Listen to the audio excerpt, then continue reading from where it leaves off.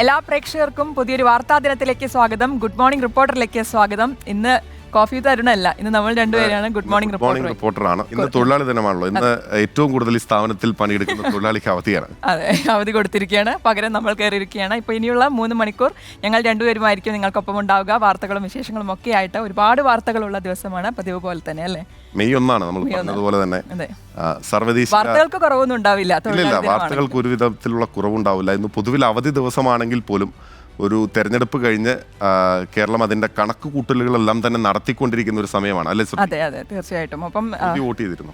ഞാൻ വോട്ട് ചെയ്തില്ല, വോട്ട് ചെയ്യാൻ പറ്റിയിട്ടില്ലായിരുന്നു. എനിക്ക് വോട്ട് ചെയ്യാൻ സാധിച്ചിരുന്നില്ല. അതെ, നമുക്ക് അങ്ങനെ പല തൊഴിലാളികൾക്കും അങ്ങനെ പറ്റിയിട്ടില്ല, ഇവിടെയുള്ളവർക്ക് അല്ലേ. പക്ഷെ നമുക്ക് അന്ന് പല വാർത്തകളും അന്ന് കൊടുക്കേണ്ട ദിവസമായിരുന്നു, അന്ന് കൃത്യമായിട്ട് റിപ്പോർട്ടുകൾ എത്തിക്കേണ്ട ദിവസമായിരുന്നു. അന്ന് കൃത്യമായി റിപ്പോർട്ടുകൾ എത്തിക്കാനും നമുക്ക് സാധിച്ചു എന്നുള്ളതാണ്. അപ്പോൾ ഇന്ന് മെയ് 1 മലയാള വർഷം 1199, മേടം 18 ബുധനാഴ്ചയാണ്.